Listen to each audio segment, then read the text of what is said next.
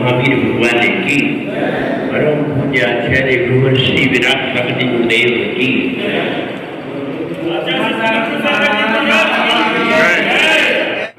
सरोवर, तरुवर और गुरुवर, तीनों का जीवन अपने लिए नहीं होता। अपने लिए तो बहुत कम, दूसरों के लिए बहुत ज्यादा होता है। सरोवर अपना पानी स्वयं प्रयोग नहीं करता। तरुवर कोई फलों का प्रयोग नहीं करता है, सब दूसरों के लिए देता है। ऐसे ही गुरुओं का जीवन, साधुओं का जीवन अपनी साधना में होता है। बाकी का बचा जीवन सारा समाज के लिए, देश के लिए, मनुष्यों के लिए कल्याणार्थ होता है। अगर कोई जानवर भी अगर भूखा पड़ा है और दुखी है तो साधु वहां रुक जाता है और जानवर को भी सदुपदेश देकर के उसे संतुष्ट कराता है। ये साधु के स्वभाव में है। करुणा उनके कण कण में विराजित है। साधु सभी को हित का उपदेश देने वाले, सभी को सद्मार्ग में लगाने वाले, फिर भी यदि उनके जीवन में ऐसी कोई घटना हो जाए तो वह दुखद नहीं, बहुत ही दुखद है। ऐसी घटना कर्नाटक में एक छिछोड़ी, कौन सा गांव, चिरकोटी गांव, वहां एक क्षेत्र बन रहा था। वहां साधु का प्रवास था। अचानक रात्रि में किन्हीं दो व्यक्तियों ने उनके ऊपर इस तरह का अत्याचार किया जिससे बहुत ही साधु को वेदना हुई होगी। ये 20वीं शताब्दी गए या अभी तक की जितने भी समय गुजरे हैं, चाहे 2000 साल के लो, ऐसी घटना कभी सुनने में नहीं आई।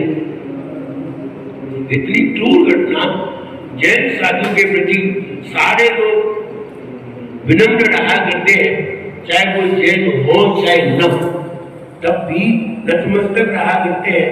और सारे लोग कहा करते हैं, फिर चाहे बाबा रामदेव हो अथवा और कोई हो, वो भी जैन साधुओं की कोई भी आलोचना नहीं करता, क्योंकि ना तो वो अपने बात को रखते हैं ना उनका कुछ होता है। इसलिए उनकी सारे लोग प्रशंसा करते हैं। अगर कोई तपस्या देखना है, कोई साधु देखना है तो जैन साधु को देखिए।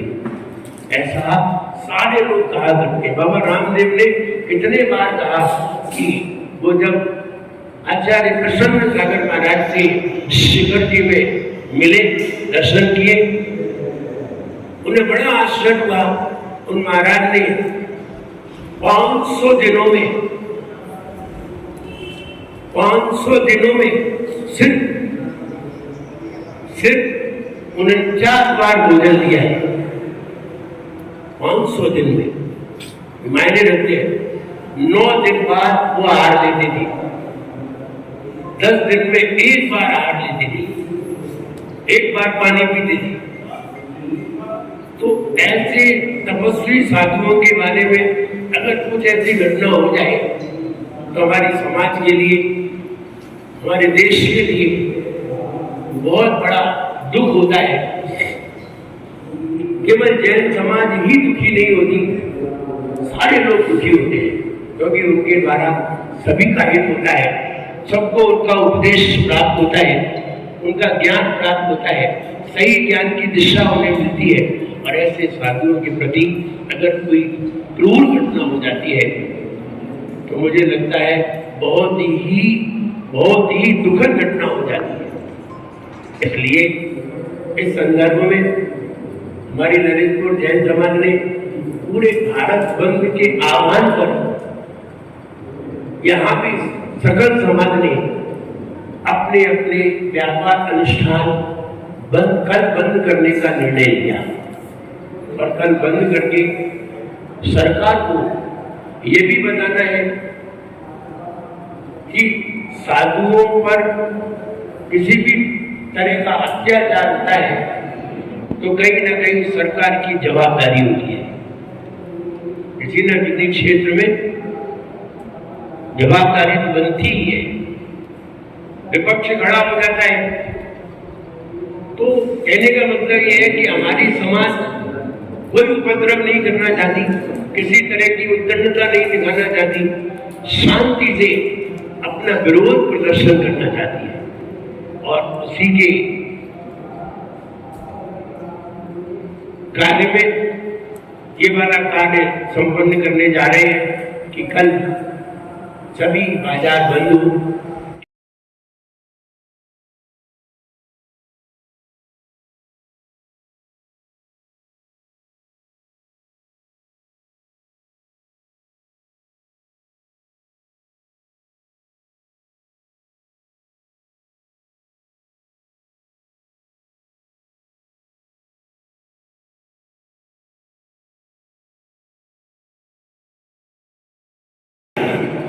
तुम खुद उससे मांगने आते हो, साधु कहां तुमसे मांगता है। मुझे याद आता है जब इंदिरा गांधी 1972 में जब इंदिरा गांधी प्रधानमंत्री के लिए निर्वाचित थी तब आचार्य देशभूषण सागर महाराज, आचार्य धर्म सागर महाराज उनसे आशीर्वाद लेने को थे। तो साधु तो तुम्हें देने ही वाला है, साधु तुमसे लेता ही क्या है। और अगर साधु सुरक्षा नहीं कर रहा है, समाज सुरक्षा मांग देगा।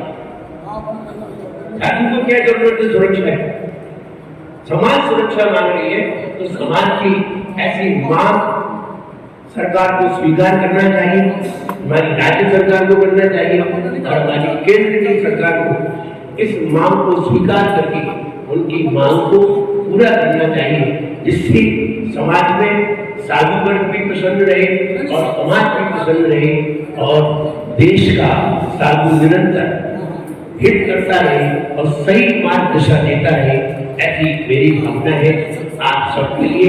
आप सबने मेरी बात को समझा, मेरा सभी पत्रकारों के लिए वो आशीर्वाद है।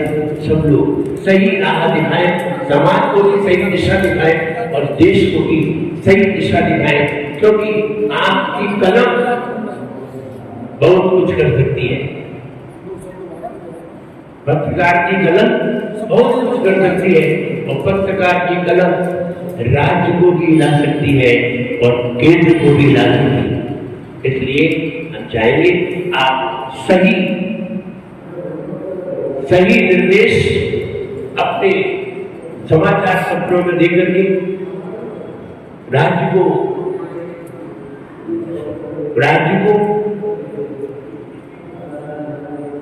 बताएं कि इस तरह का कार्य होने से हमारी समाज में संपन्नता आएगी, सुख शांति बढ़ेगी